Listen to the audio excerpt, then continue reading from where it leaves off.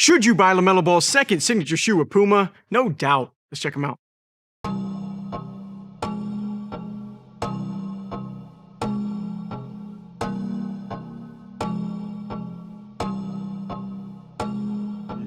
I don't mean to put it on your nose, but it's clear how my baby's running this a block cause you fear what you do to you if you get dirty hands and veneer. What you do, what she is, little boy, I tell you this. If baby wants sit, she can sit.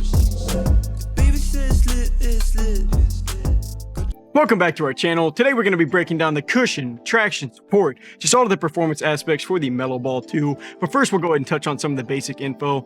So the official way that they released these for like the actual text is the MB.02. Last year was of course the MB.01. And they had a super sweet box, and so does the LaMelo Ball 2. Like you're going to have that wing design kind of covering the entire thing, and it's actually transparent so you can see the shoes through it when they're actually inside. But I was a little bit shocked to see that the LaMelo Ball 2 did get a price jump. These are going to retail for $130. Which still isn't bad at all. Just in general, I was just shocked because the LaMelo Ball 1 was $125 and they're already jumping it up. But I'm also kind of not surprised because the LaMelo Ball 1 was just like selling out every single drop last year. They were never just sitting on the site. I mean, you could maybe say that's because the inventory was just always too low on them, and that could be true, but they were also just a really great performance shoe, so I would lean that way a little bit more. And now looking at the model, I personally love last year's design, and so did Puma because they kept it really similar, but they still switched up a handful of things. So looking at these from the side, you can see this wing design kind of spreading across the entire shoe, and that's worked into the midsole too. Last year was like this floral and like this weave pattern that you can see on the upper. Honestly, I did like it though. But going ahead and moving to the tongue, that whole angel and like wings with the number 1 and like the halo on top, that was there last year. It was just like under the lacing system. And I do like how Puma kind of shrunk it down and moved it up like onto the tongue. I think it's just definitely more visible on this year's model. And LaMelo actually has that exact image just tatted on his chest, I think is where he has it. And then same thing with that rare text that you're going to see on the bottom of the shoe. I think he has that like tattooed on his forearm or something. So I just remember all the details that went on with the LaMelo Ball 1s, and a lot of them, they kept a lot of those same details on the LaMelo Ball 2, so I did like that. And then on the inner side of these have a really cool look. It's like a little bit different. The wings are like even more sharp. They even threw some blue on there. So I mean, I personally think this shoe is going to allow for some really sweet colorways. It seems like it's set up for that. And I just got the first ones that released because I always do, and he always does these like super bright releases. I think these were called the Red Blast, and this year it's like the Supernova. But the last thing that I'll go ahead and talk about is just the back of the shoe. You're going to see the same kind of setup on the heel. It's going to have some LaMelo text on there. And then the word Nitro is actually faintly built into the midsole, and that's what we're actually about to talk about. So once again, I do love the design for these, but now let's go ahead and see how the LaMelo Ball 2 holds up on the court. So now checking out the materials and the performance side, we'll take a look at the cushioning first. So Puma didn't really change much between the setup from last year's model to this year. So the LaMelo Ball 2 is going to have a nitro foam infused midsole built for superior responsiveness and comfort while remaining lightweight. And that's just supposed to give you something perfect for high energy and explosive play styles.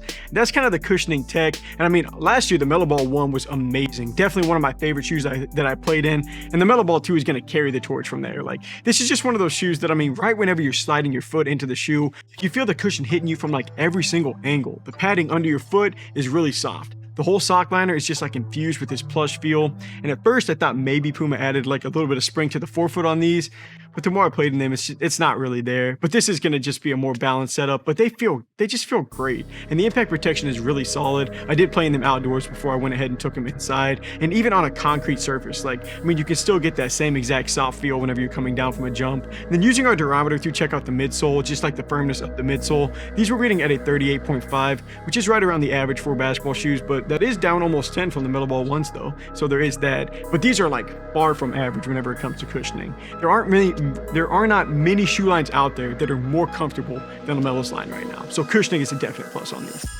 So now looking at more of the materials and the support, just like the cushion, this is a spot where a lot of the same features from the 1s are going to show up on the LaMelo Ball 2s. So starting off with some of the tech specs, these have what Puma calls a disruptive upper construction, made with engineered woven materials and multi-zone mixed materials for a targeted support, comfort, and breathability, all in a lightweight package. So that's a lot. We can go ahead and kind of unpack that now. So the upper is just going to have the same feel as the 1s.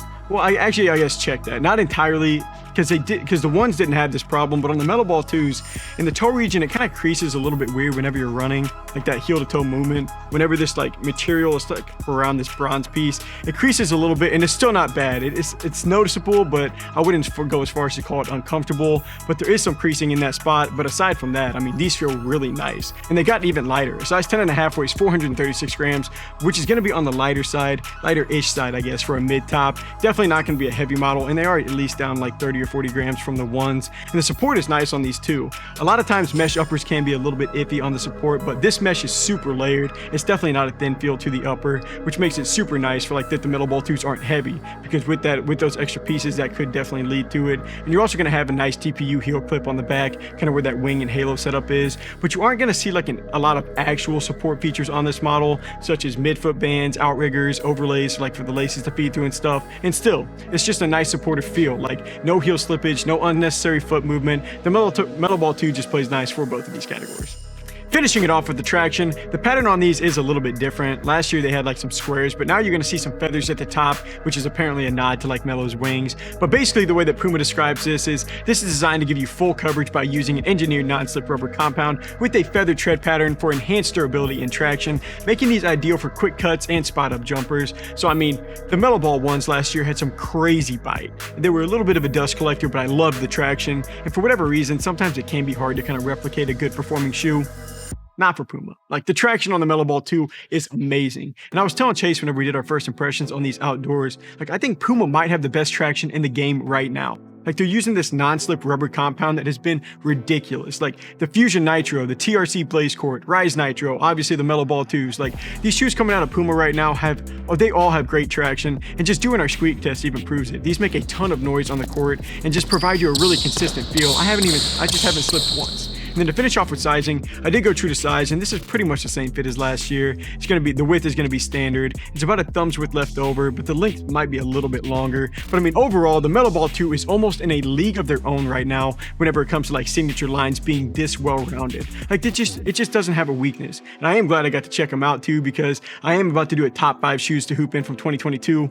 These are probably going to find a spot on that list. I can tell you that right now. So at $130, should you buy the Metal Ball 2? Yeah.